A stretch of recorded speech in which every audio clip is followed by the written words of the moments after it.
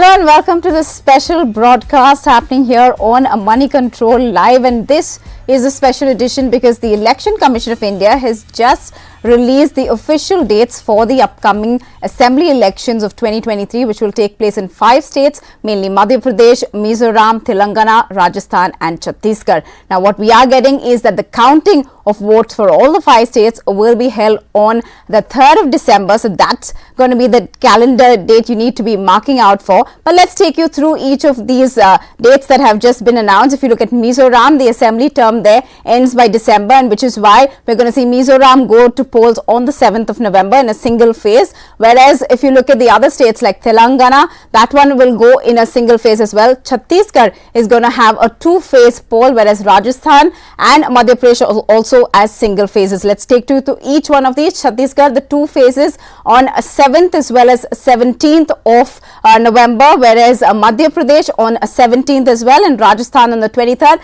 and last we will have Telangana on the 30th of November. Now remember, these upcoming elections will also be quite a major political test, especially for the newly formed joint opposition bloc, that is INDIA, as it will not only determine the standing of the opposition against the ruling Bharatiya Janata Party, but also set the tone for the Lok Sabha elections of 2024. So joining me to put all of this into perspective of how we're going to look at whether these 5 elections will be a litmus test to the 2024 elections, joining me now to dissect this is Rahul Shivshankar, the consulting editor at Network 18. Thank you so much, Rahul, for giving us your time and helping our viewers now understand how we need to be looking up to these elections. Now, out of the 5 states, if you have to look at straight away, we're going to see a Congress that is in power in 2 of them, that is Rajasthan and Chhattisgarh. BJP is ruling in Madhya Pradesh, but that was the slightest, narrowest of margins we could say that came in 2018. But if you just have to look at this Hindi heartland first and you look at these 3 states,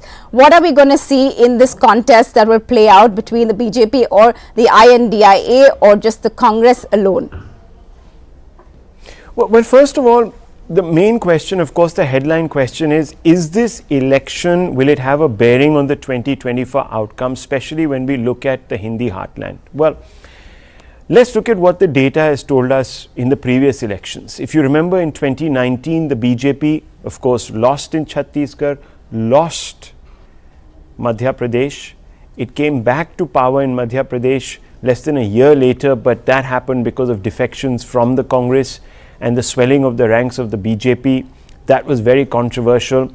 And of course in Rajasthan, where Mr. Gehlot pulled up a stunning victory against the BJP, incumbent BJP there against all odds. Remember, despite those clear victories for the Congress party, the unfortunate aspect for the Congress is that it did not have momentum going into the 2019 general elections. So these elections, while the BJP lost at the state level in the Hindi heartland, it won in the Lok Sabha by convincing margins, more than 10 to 12% in some cases, and it had a full sweep.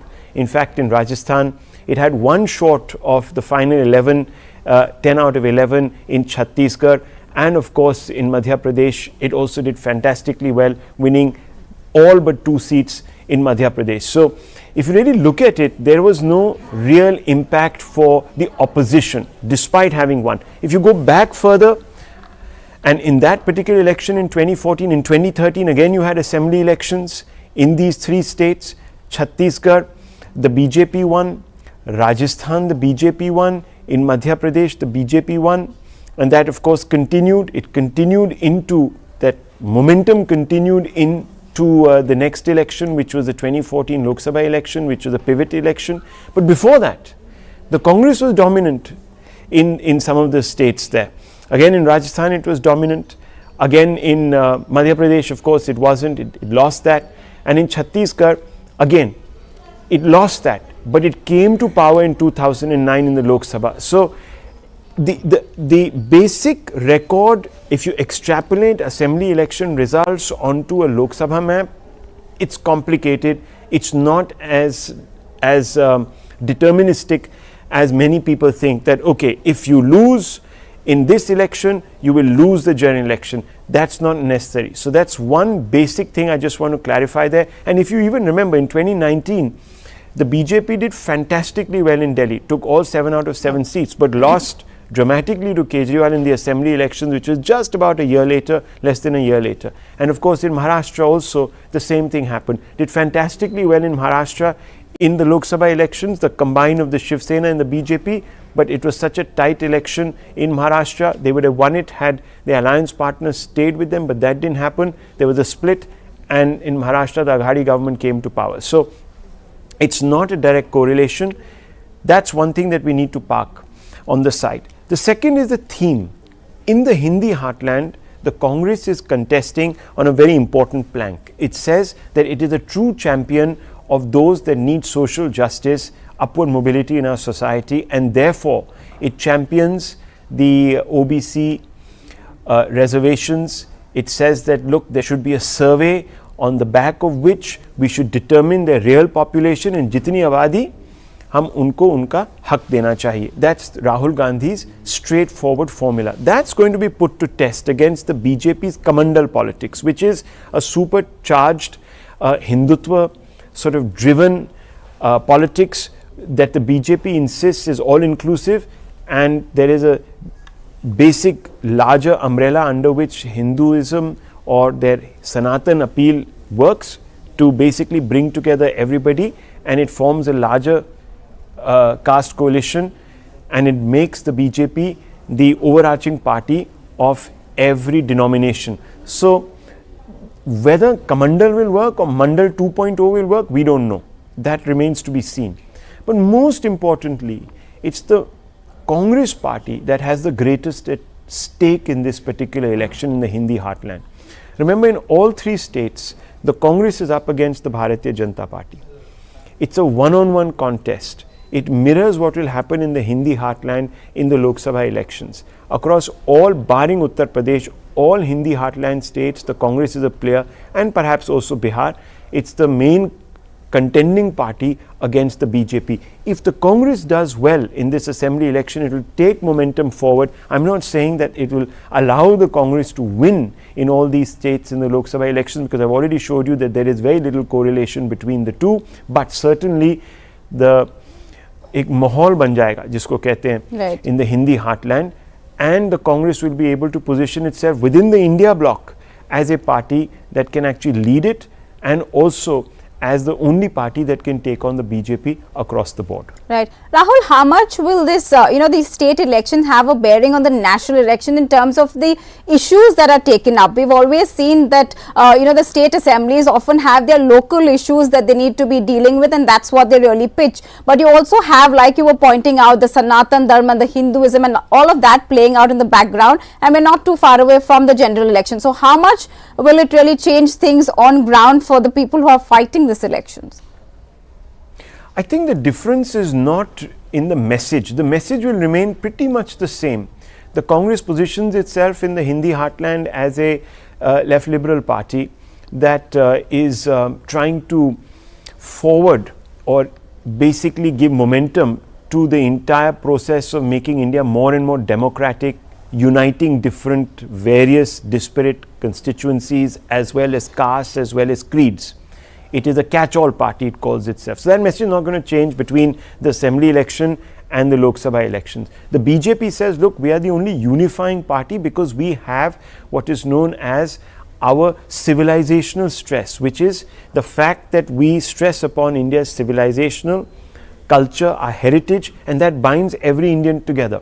That message is also unlikely to change. It also, of course, will push its development narrative that, look, how much we have been able to bring change to the people through our various policies. The Congress will counter that by saying that, look, in our states, we have given out so much by the way of welfare measures, etc. Now, you can call them reverie or you may choose to call them SOPs or what have you, but the fact is that in Rajasthan, for example, the Congress has done a spectacular job of covering the ground with a lot of benefits that it has announced. Even in Karnataka, where it won that election, it promised certain things. Though a little slow to implement them, it is beginning to now deliver on those promises. So those messages will not change. What will change is the messenger who delivers that message. And in that particular capacity, the BJP has a phenomenal advantage because their messenger is a man called Narendra Modi. He's been Prime Minister for 2 terms. He's looking for a 3rd term. He's actually been the longest serving state official in this country, elected state official in this country. So he's been Chief Minister and Prime Minister, and he's set a new record in India in that context. He will now obviously try to come back as the Prime Minister once again. And with that brand that the BJP brings to the table, it becomes a very uphill task. And therefore, this election is very important for the Congress. For Rahul Gandhi to be taken seriously, if the Congress doesn't do well, that's not likely to happen. Even India bloc partners will wonder if Rahul Gandhi is actually a liability. But if they do well, then Rahul Gandhi's own status enhances, and the Congress will also have a messenger to basically challenge Mr. Modi's message. And that's really what this election is going to be about. It's about the message, but the Lok Sabha election will be about the messenger, the credibility of that messenger, not so much the message. Right. Rahul, your quick word on Telangana and that state. Right now we have KCR and the Bharat Rashtriya Samiti there, and they are also positioning themselves towards a larger 2024 goal. So how important is that contest going to be? A 3-pronged, contest really happening there in Telangana. You have BJP, which is for years tried really hard to make an inroads in the south. So how are we looking at that one? I think, it's safe to say that that's going to be a triangular contest. But it's very interesting that you brought up the case of Telangana in isolation, because the South is going to play a very significant role in the 2024 general election. And I'll tell you why. If you really look at the map, the electoral map of India right now, the Lok Sabha map, you see that the BJP in about 200 seats, I'm just giving a rough number, it's about 204 or something like that in the Hindi heartland, has almost maxed it. 90% of those seats are with the BJP. In 2 states, it did phenomenally well. The most crucial, the crucible in Indian politics is of course Uttar Pradesh. Over 2014, it lost a few seats, but it did do fantastically well, even though it was in power since 2017 in that state. So anti-incumbency didn't really dent it. And if you win significant number of seats in Uttar Pradesh, you are in the driver's seat for any general election. Then the state of Bihar, where it almost maxed the numbers, it destroyed the alliance, the Gathbandhan there, which was the RJD Congress Gathbandhan. That time, of course, the JDU, Nitish Kumar, JDU was with the BJP, but the BJP even did better than Nitish on the ground there. That equation is no longer in the BJP's favor. Nitish has moved away. He is now with the RJD. He is now part of the India bloc. Will those seats that the BJP won in Bihar stay with the BJP?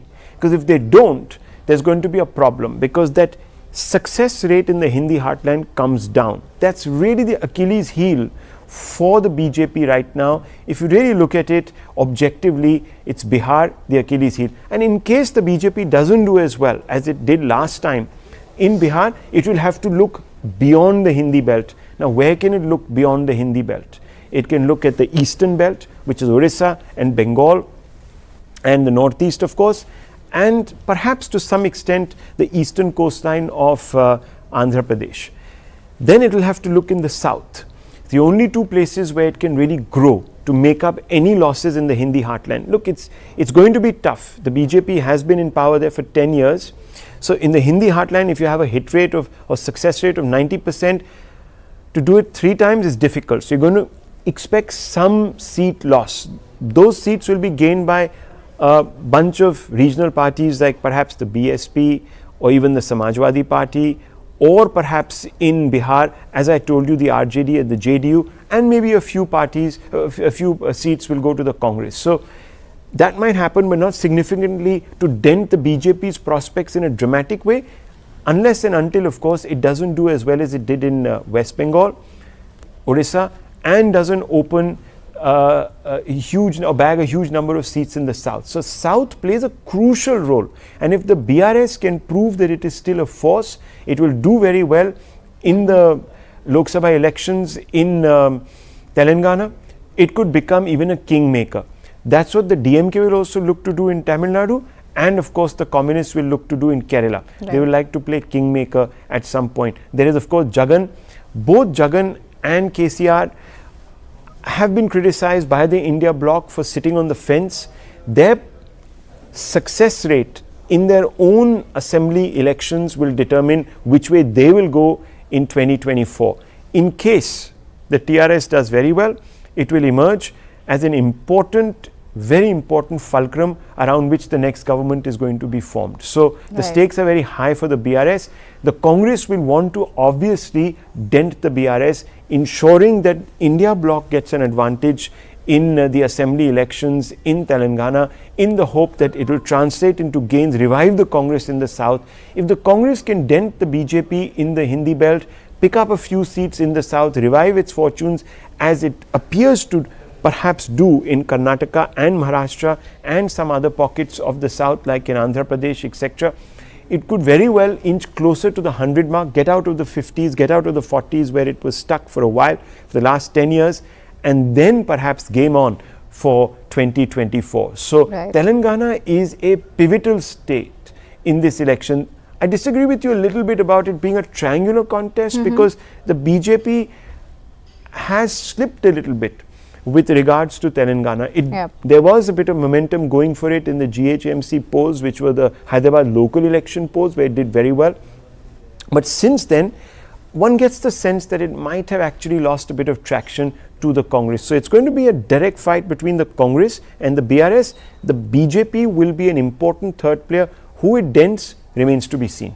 Right, so it is pretty much game on, we can say, with these 5 elections, all of them having a different kind of bearing on the parties that are going to be contesting as well. I'd like to thank Rahul Shivshankar for giving us his time and his perspective for our viewers there to disintegrate and understand how they should be looking at these upcoming elections. But do mark our calendars for 3rd of December. That's the counting day that's going to be giving us a picture into what we're going to get to see in the 2024 general elections coming ahead. Thanks so much everyone for tuning in.